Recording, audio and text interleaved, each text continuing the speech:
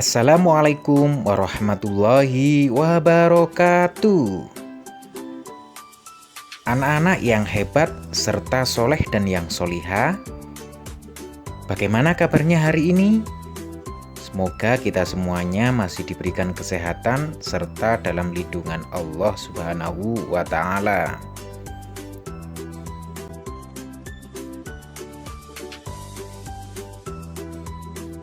Kembali kita dalam pembelajaran dari rumah,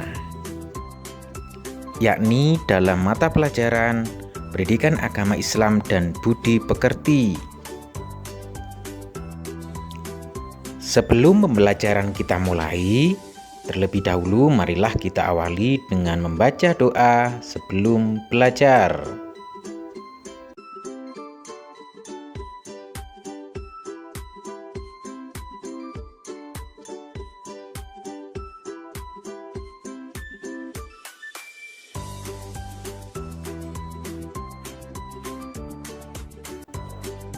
Sekedar mengingatkan bagi kalian yang belum pernah subscribe channel ini, jangan lupa untuk klik subscribe ya, agar kalian selalu mendapatkan pemberitahuan video-video pembelajaran berikutnya.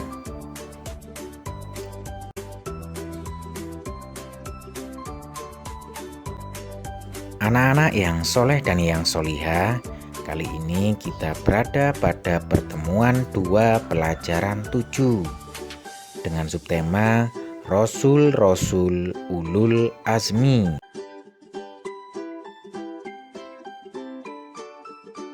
Adapun tujuan pembelajaran pada pembelajaran hari ini, yang pertama, siswa dapat menjelaskan makna Rasul Ulul Azmi.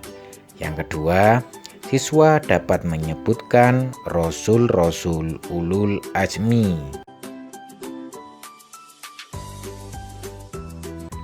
Anak-anak semuanya, adakah yang tahu apa artinya Rasul Ulul Azmi?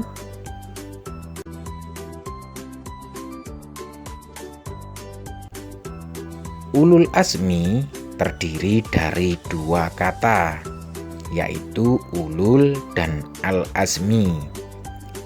Ulul atau ulu atau uli artinya mempunyai atau memiliki. Al-azmi artinya teguh atau tekad yang kuat. Ulul azmi artinya memiliki keteguhan atau tekad. Rasul Ulul Azmi artinya Rasul yang memiliki keteguhan atau tekad. Para Rasul Ulul Azmi memiliki keteguhan, tekad, ketabahan, dan kesabaran yang sangat kuat, serta teguh dalam menjalankan tugasnya, yaitu menyampaikan ajaran Allah Subhanahu wa Ta'ala.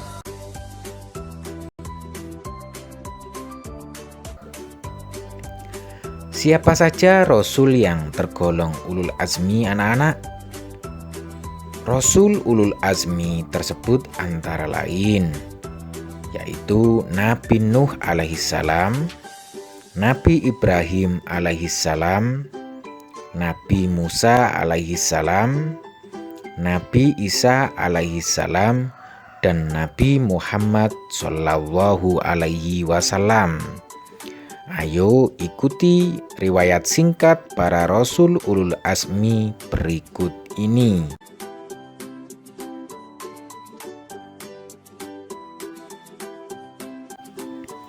Pertama adalah Nabi Nuh alaihissalam. Nabi Nuh alaihissalam adalah keturunan ke-10 dari Nabi Adam alaihissalam. Beliau mengajak manusia agar menyembah Allah Subhanahu wa Ta'ala dan melarang menyembah selain Allah Subhanahu wa Ta'ala. Tetapi manusia di masa itu tidak memperdulikan seruan Nabi Nuh. seruan Nabi Nuh alaihissalam itu mereka sambut dengan cemooh dan ejekan. Selama 950 tahun Nabi Nuh alaihissalam menyiarkan ajaran Allah Subhanahu wa Ta'ala, tetapi umatnya tetap saja ingkar, termasuk anaknya sendiri yang bernama Kan'an.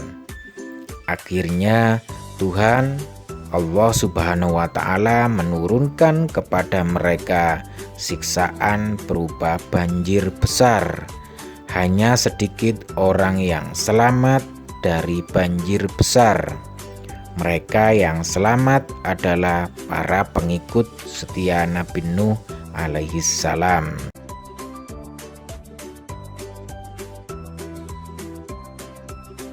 Anak-anak yang soleh dan yang soleha berikutnya adalah Nabi Ibrahim alaihissalam. Nabi Ibrahim alaihissalam adalah putra Azar, tukang pembuat patung-patung untuk dijadikan sesembahan. Nabi Ibrahim alaihissalam hidup pada masa Raja Namrud yang zalim, musyrik dan kufur. Nabi Ibrahim alaihissalam mengajak Raja Namrud dan kaumnya serta ayahnya Azar agar beriman dan menyembah Allah Subhanahu wa Ta'ala. Beliau ajak agar mereka meninggalkan menyembah berhala. Tindakan Nabi Ibrahim membuat kemarahan Raja Namrud, sehingga Nabi Ibrahim dibakar api. Atas kekuasaan Allah Subhanahu wa Ta'ala, Nabi Ibrahim tetap selamat.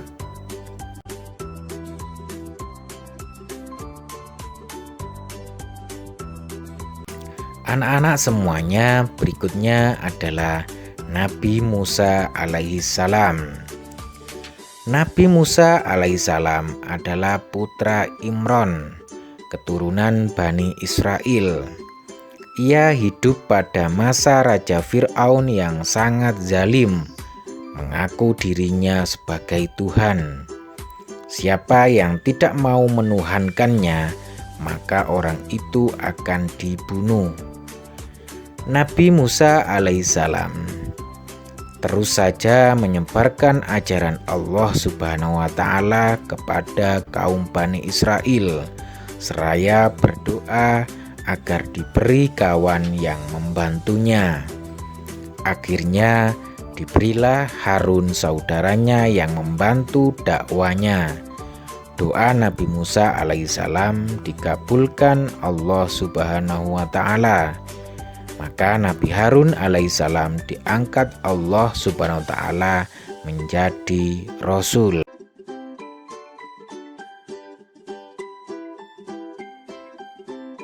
Berikutnya anak-anak semuanya adalah kisah Nabi Isa alaihissalam. Nabi Isa alaihissalam adalah putra Maryam. Dengan kekuasaan Allah Subhanahu wa Ta'ala, beliau dilahirkan dengan perantaraan ibu saja. Keajaiban kelahiran ini menjadi ujian kepada manusia. Percaya atau tidak kepada kekuasaan Allah Subhanahu wa Ta'ala. Nabi Isa alaihissalam dalam menjalankan dakwanya diancam dan direncanakan untuk dibunuh dengan cara disalib. Namun Allah Subhanahu wa Ta'ala menyelamatkan Nabi Isa alaihissalam dengan cara diangkat ke langit atau Mi'raj. Ternyata yang terbunuh adalah orang yang menyerupai Nabi Isa alaihissalam, yaitu Yahuza atau Iskariot. Mari kita lihat Quran surat An-Nisa surat keempat ayat 157. Tidaklah mereka membunuh dan menyalib Isa, hanya orang yang diserupakan Allah Subhanahu wa Ta'ala dengan Isa alaihissalam yang tersalib.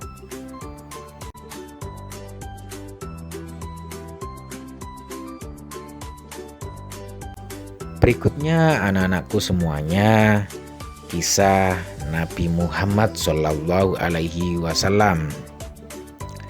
Sejak usia muda, Nabi Muhammad Shallallahu Alaihi Wasallam terkenal jujur, tabah, sabar, bertanggung jawab, dan bekerja keras, sehingga diberi julukan Al-Amin yang artinya terpercaya. Setelah diangkat menjadi Rasul, beliau tak henti-hentinya berdakwah, mengajak umat manusia menyembah Allah Subhanahu wa Ta'ala dan meninggalkan kemusyrikan, yaitu penyembahan terhadap berhala. Dalam menyiarkan agama Allah Subhanahu wa Ta'ala, Nabi Muhammad Shallallahu Alaihi Wasallam sering dihadang, bahkan diancam akan dibunuh oleh orang-orang kafir Quraisy. Abu Jahal adalah orang yang paling membencinya. Pernah ketika Nabi Muhammad Shallallahu Alaihi Wasallam sedang beribadah, Abu Jahal dan komplotannya datang sengaja mengotorinya dengan najis. Namun Nabi Muhammad Shallallahu Alaihi Wasallam hanya berdoa kepada Allah Subhanahu wa Ta'ala, "Ya Tuhan, kepada Engkau aku menyerahkan kaum Quraisy." Doa ini berulang-ulang beliau baca.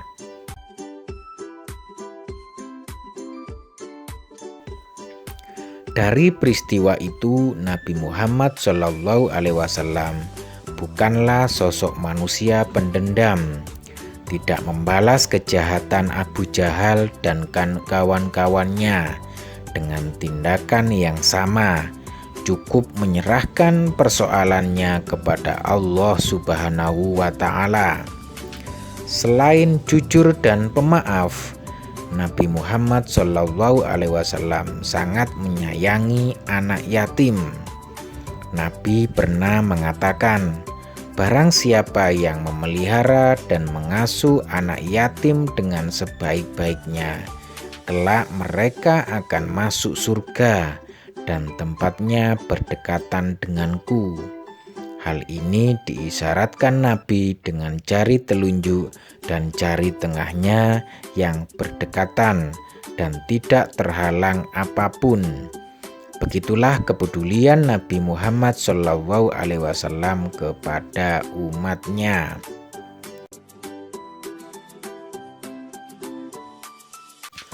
Rasul terakhir adalah Nabi Muhammad Shallallahu Alaihi Wasallam. Dialah Nabi dan Rasul penutup. Tidak ada lagi Nabi dan Rasul setelahnya. Karena Nabi Muhammad Shallallahu Alaihi Wasallam sebagai penutup, maka sering disebut dengan istilah Khotamul Anbiya, artinya penutup atau penghabisan para nabi dan rasul.